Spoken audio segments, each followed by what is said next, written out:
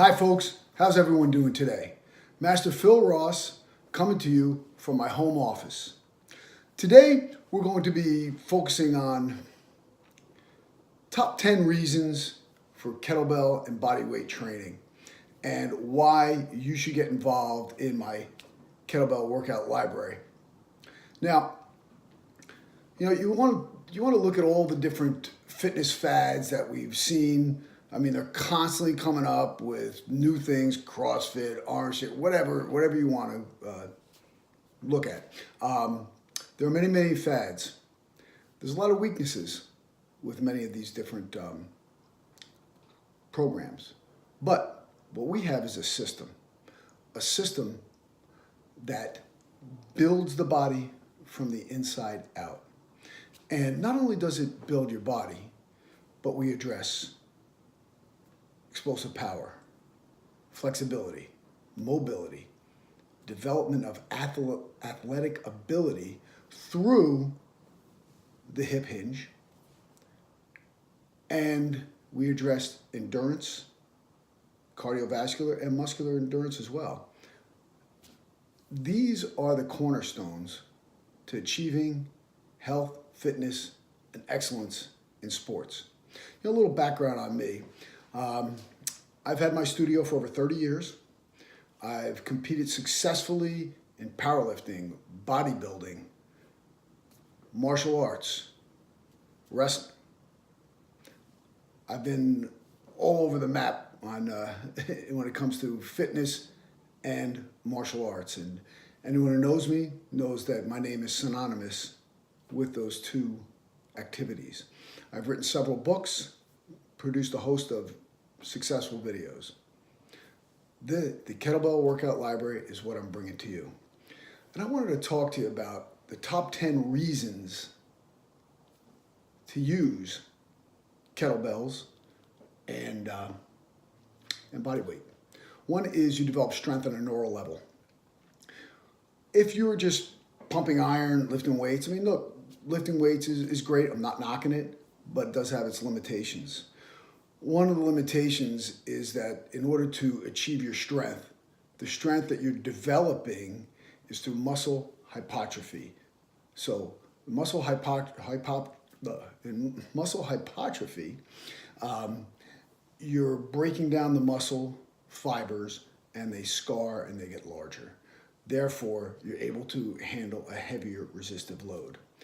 When we're using bodyweight and especially kettlebells, we're working on a neural level. So the way that we achieve that is that the kettlebell, if you look at the shape of it, the kettlebell itself is an odd shape. A barbell or dumbbell has a unilateral distribution of weight. A kettlebell has an offset center of gravity. So therefore, when you're taking the kettlebell through the motion, the body has to recruit the stabilizers in order to accomplish the task.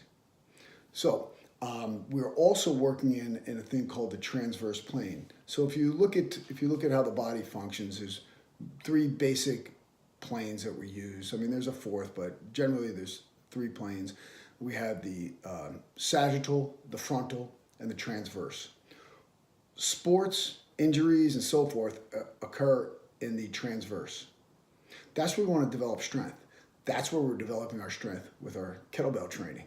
Virtually every exercise goes through the transverse plane. But it does incorporate the sagittal and frontal as well. But as weight training, or especially using machines, they're only going to focus on the sagittal and frontal planes. So rarely do you go into these other planes of movement. Another thing is shoulder injuries. How many people do you know have shoulder injuries? If you take two people, maybe they're both 200 pounds, and one guy benches 250 and he blows his shoulder. The other one benches 500 pounds and his shoulder's fine. How does this occur? Well, what happens is many people do not pack their shoulders and engage their lats properly. Just look around the room and watch people do push-ups. Most people do push-ups incorrectly. Okay. One time I was doing a seminar for ACE, that's the American Council on Exercise. I had 55 people in the room learning how to do push-ups from me, and many of these people had their doctorates in physical education and exercise physiology and so forth. And out of 55 people in the room, 5 of them knew how to do push-ups properly when they entered. I'd like to say all of them knew how to do it right when they left, but they didn't know prior to that, because nobody has the notion, not nobody, but very few people have the notion of packing the shoulders, engaging the lats. So if you look at the shoulder muscle, there's a lot of little muscles in there. And so many people, I'm telling you, I'll guarantee you know someone who has shoulder issues. How many people do you know have issues with their lats? How many people have injured their lats? Not too many, I'll venture to say. So you want to load the lat, and kettlebells teaches you how to do this properly. And then another thing we want to do is look at the element of explosive power. Explosive power, improving your punch, ability to throw. I mean, who doesn't want that? Kettlebells, because of the repetition and the movement of your ankles, your knees, your hips, for the triple extension. It's what is called triple extension. When you're using your ankles, your knees, and your hips in a lockout, that's going to yield that explosive power.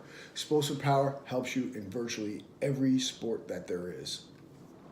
Can you do it with other modes of training? Yes, Olympic lifting has a lot of explosive movements in it. But if you're looking at Olympic lifting, these exercises are fairly dangerous. And it's a lot safer to do with a kettlebell than they are with an Olympic bar. And most people do not have the athletic ability to be able to pull off safe Olympic lifts.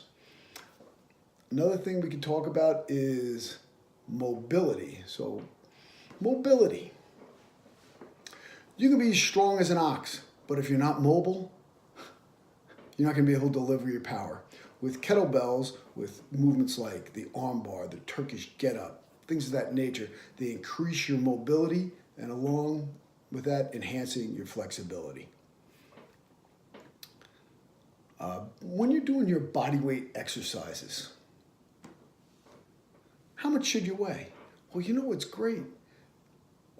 If you can move through these exercises, then you know what your proper weight is. If I can do handstands, if I can do a bunch of push-ups, if I can do pull-ups, if I can do a single leg squat, you know what? I'm probably at the same weight. If I can't pull up, hey, you know what? Maybe I should weigh less. But body weight exercises will help you to determine where your body weight should be and also aid you in your movements. Flexibility. Range of motion with the kettlebell and with the body weight exercises helps you with your range of motion, or your ROM. You want to have strength through the full range of motion, flexibility through the full range of motion in order to reduce the incident of injury, as well as increase your strength through the whole range. Endurance, muscular endurance and cardiovascular endurance. Because we can do these many, many repetitions safely with a kettlebell, we're working your muscular and your cardiovascular endurance. Now, wouldn't it be great to do everything with one tool, throw out all the rest of the garbage that you have? I mean, if you have a jump rope, a pull-up bar, kettlebells, and a bow staff or a dowel, you're all good to go. Another thing is for weight class athletes, because we're getting our strength on a neural level as opposed to on a muscle hypertrophy level, weight class athletes can benefit from this because we're going to get the best bang for the buck. We'll be stronger per pound by using the kettlebells. Another thing is for young athletes can train safely. Because a kettlebell is harder to lift than a standard weight, the kettlebell is safer to use because athletes have to use less weight. So the younger set will benefit from this by taxing their joints less. And actually, this helps for the older set as well. Well, there's top 10 reasons to be training with kettlebells and using the kettlebell workout library. I look forward to seeing you, and if you're interested, click on to the next level and get your free prize. Master Phil, Kettlebell King, signing off.